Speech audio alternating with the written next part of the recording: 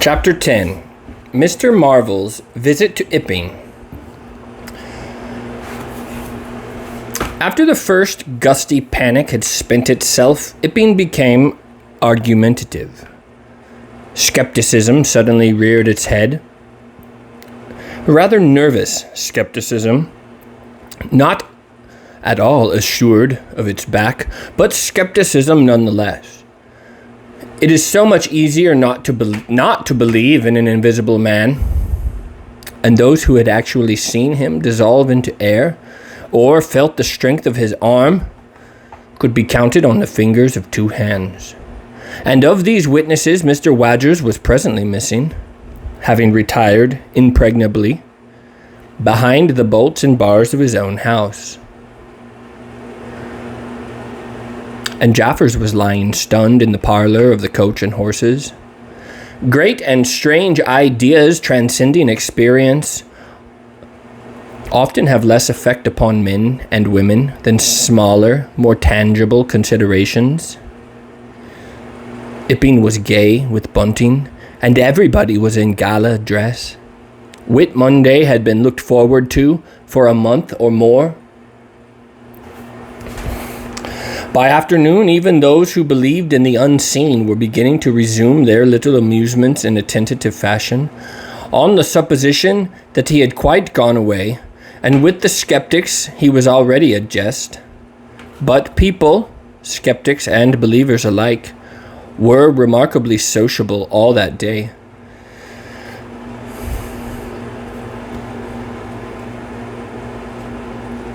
Haysman's meadow was gay with a tent, in which Mrs. Bunting and other ladies were preparing tea, while without, the Sunday school children ran races and played games under the noisy guidance of the curate and the Mrs. Cuss and Sackbut.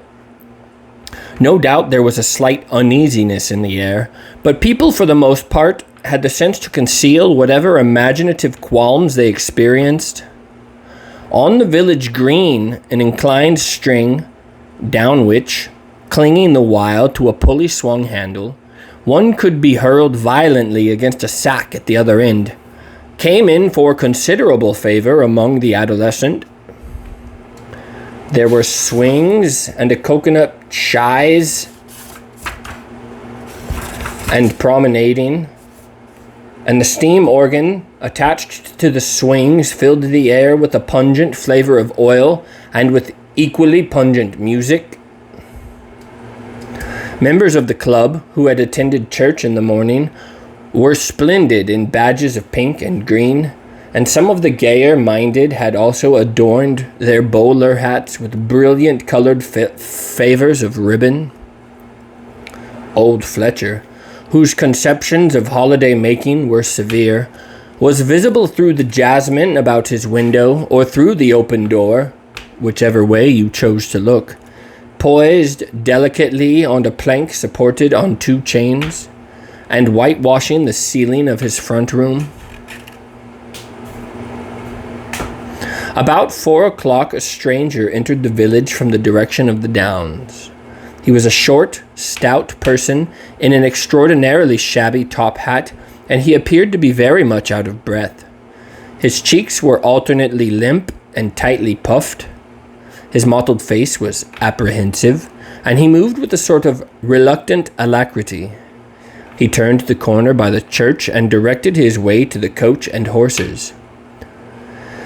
Among others, old Fletcher remembers seeing him, and indeed the old gentleman was so struck by his peculiar agitation that he inadvertently allowed a quantity of whitewash to run down the brush into the sleeve of his coat, while regarding him.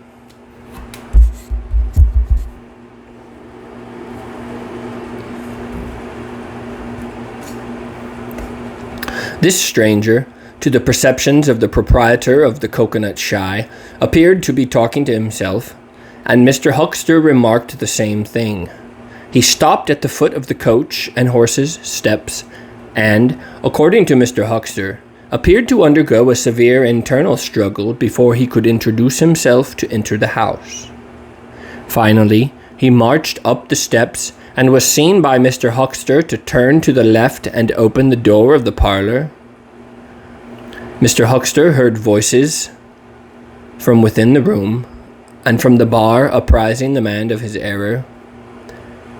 "That room's private," said Mr. Hall, and the stranger shut the door clumsily and went into the bar.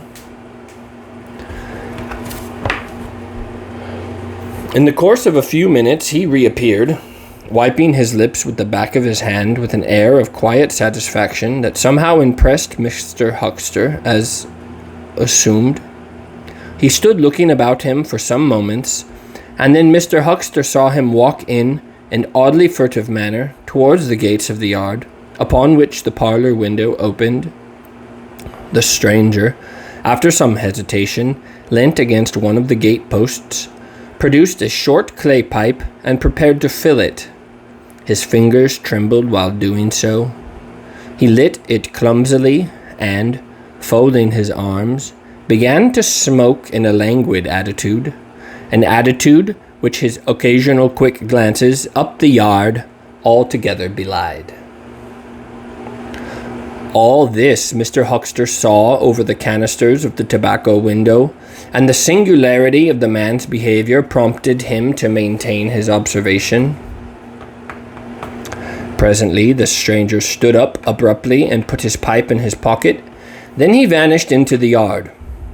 Forthwith, Mr. Huckster, conceiving he was witness of some petty larceny, leapt round the corner and ran out into the road to intercept the thief. As he did so, Mr. Marvel reappeared, his hat askew, a big bundle in a blue tablecloth in one hand, and 3 books tied together, as it proved afterwards with the vicar's braces, in the other. Directly he saw Huckster, he gave a sort of gasp, and, turning sharply to the left, began to run. "Stop, thief!" cried Huckster, and set off after him. Mr. Huckster's sensations were vivid but brief. He saw the man just before him, and spurting briskly for the church corner and the hill road. He saw the village flags and festivities beyond, and a face or so turned towards him. He bawled, "Stop!" again. He had hardly gone 10 strides before his shin was caught in some mysterious fashion, and he was no longer running, but flying with inconceivable rapidity through the air. He saw the ground suddenly close to his face. The world seemed to splash into a million whirling specks of light, and subsequent proceedings interested him no more.